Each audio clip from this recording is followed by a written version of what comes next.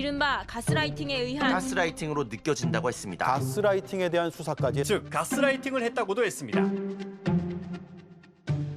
우리의 얘기만 아니라 전 세계적으로 이걸 많이 쓴다고 그러더라고요. 맞아요. 이제 미국에서도 이제 유명 사전 출판사에서 올해의 단어로 꼽은 단어가 가스라이팅이라 그러더라고요. 예, 이게 검색량도 굉장히 많이 폭증을 했고.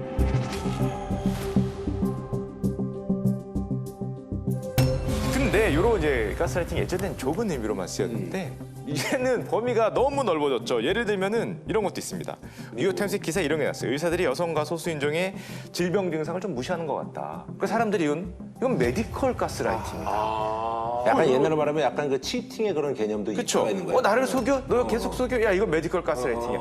아니면은 또 어떤 미국에서 기름 기업들이 기름값을 막 올립니다. 그러다 보니까 야, 이거는 비오일 가스라이팅이다. 오일 회사가 우리한테 주입하는 거야. 세뇌란다. 이거. 그래서 가격을 올리는 거야. 이건 오일 아니면 천연가스면 가스라이팅이네요.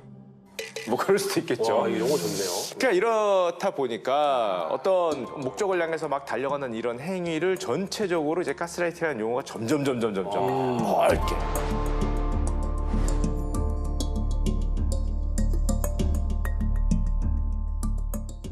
저는 사실 되게 많이 들어요. 과학 좋아하세요? 아니 별로 그렇죠. 네, 선호하지 않아요. 근데 저랑 다니다 보면 좋아하게 되거든요.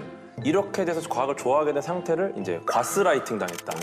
뭐 괴스라이팅 당했다 이렇게 많이 되도록 하시는데 다니면은 좋아해야 될 것만 같은 그런 얘기를 얘기를 본인이 쓰진 않는데 주변에서 많이 야, 듣는다. 너도 괴스라이팅 당했니? 막 이러시는데 사실은 좀 부정적인 용어다 보니까 조심스럽지만 어쨌든 무슨 의미로 그걸 했는지를 알기 때문에 뭐 이렇게 뭐 기분 나쁘진 않고. 전 요즘에 이 가스라이팅이라는 단어가 너무 과도하게 쓰이는 것 같다는 생각을 좀 합니다. 사실은 모르는 단어였거든요. 저도 몇 년 전까지 이게 무슨 뜻이야? 약간 그런 생각도 들어요. 자신의 의견과 다르면은 너 나 가스라이팅 하려는 거야. 이렇게 사용하는 경우가 많기 뭔 때문에 얘기를 못 하겠어. 뭐 충고를 해도 나 가스라이팅 하려는 거야? 뭐 이렇게 하는 거 어때? 얘기를 못 의견을 하겠어. 쉐도 가스라이팅이야 이렇게 사용되는 얘기를 경우가 못 하겠어. 남용되는 네. 경우가 좀 너무 많은 것 같다.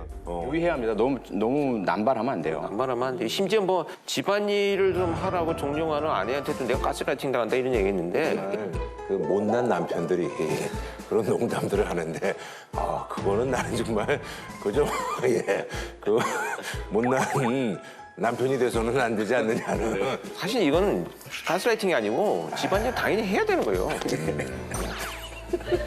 근데 왜 안 해? 아니 내가 하면 되잖아. 왜 안 해? 근데 당연히 해야 되는데. 아니 나 하지. 반응이 없어서 그렇지. 가스라이팅이란 말을 우리가 진짜 너무 많이 사용하는데 이게 사실 우리한테 도움이 될까요? 아니면 독이 될까요?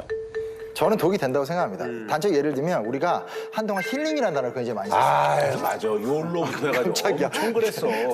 아니 진짜로. 나 진짜 놀랐어. 아니 진짜. 맞습니다. 아니 열심히 살려고 그러는데 뭐만 하면 요요라고 그러고 말이야. 맞아요. 있었어요. 왜냐하면 힐링이라는 단어가 사실 이게 이제 미국에서는 기독교 진영에서 많이 나온 얘기인데 이게 단순하게 그냥 기분 좋고 이런 것이 아니고 각박한 현대 사회를 살아갈 때 인간이 어떻게 자신의 존재감을 지킬 것인가에 대한 어떤 수도라든지 명상 이런 게 오랜 응시의 결과고, 근데 정말 냉정하게 말해서 한국에선 힐링은 결론적으로 뭐가 남는 거죠? 이게 꼭 힐링만을 이야기하는 것이 아니라 우리 사회는 어떤 단어가 새롭게 들어오면 엄청 유행한 다음에 그 본질을 따라가지 못하고 그냥 끝내버리죠. 전 이건 문제가 됩니다. 상업적으로 그래서 힐링 아까 얘기한 것처럼 진짜 나는 그게 종교적 개념인지 몰랐고 뭐 마사지 이런 것도 힐링 스파 그렇지. 뭐만 하면 맞아요. 그거 진짜 그 문제가 있어. 맞아요. 다 붙이잖아요. 이렇게 뭐든지. 그러니까 지금 내가 어떤 현상이 일어나는 것은 이거 가스라이팅이야 그러면 가스라이팅으로 내가 정의해버려서 벗어나거나 확대되는 나의 상상력과 사고를 자꾸 지배하게 되거든요.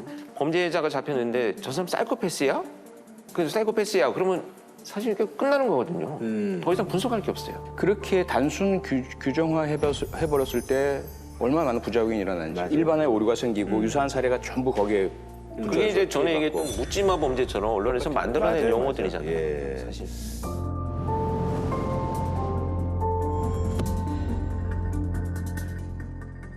자, 그럼 말이죠. 여기서 두 분께 좀 한번 질문을 좀 던지겠습니다. 가스라이팅에 대한 어떤 그 법제화가 필요하다.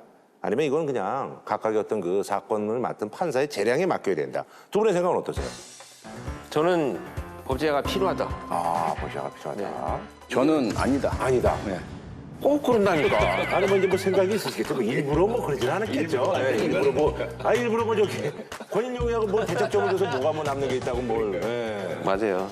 쉽게 말해서 우리가 이제 스토킹 범죄를 돌아보면 그냥 쫓아다니면 한번 만나줘. 차 한잔 마시고. 그래, 사랑이 뭐 끈기가 있어야 돼, 뭐 이런 식으로 얘기하고 뭐 근데 그랬죠. 그런 아주 그 잘못된 방식들이 이제 범죄로 우리가 인식을 하는 시대가 되는 그렇죠. 것처럼 가스라이팅도 만약에 이런 상태가 지속된다면 형법상의 처벌이 지금 일어나고 있지만 그것이 밝혀지지 못한다면 결국은 아무것도 아닌 교사죄로 자기는 빠져나가고 실행한 사람들만 범죄자를 만드는 이런 문제가 되기 때문에 정의할 필요는 있다.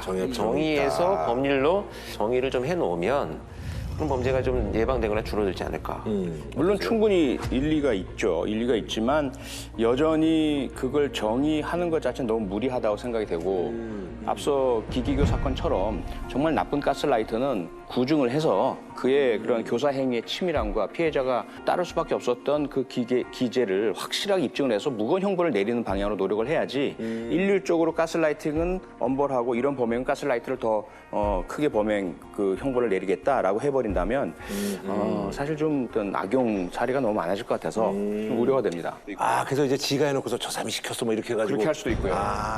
이게 개념 자체가 지금 유형화되지 않고 모호하다면 수사를 하는 입장에서도 뭘 수사할지 모르는 거고 판결을 할 때도 자기 주관적인 잣대로 결국은 법관이 판단을 해버리는 문제가 생기는 거니까 우리가 늘 그 판결에 대해서 국민의 법감정과 다르다. 그 많은 이제 아쉬움과 불만을 토로하는데 판사들만 나름도 유사한 사건에 대해서 왜 다르게 판결을 하는지 뭐 또는 반대로 과거 사건에 판례가 있다 하더라도 이 사건은 좀 다른데 왜 굳이 과거 판례만 그대로 따라만 가는지 이런 부분에서 좀 재판부도 열고 함께 소통하고 이렇게 좀 개선을 해야 될 것 같아요.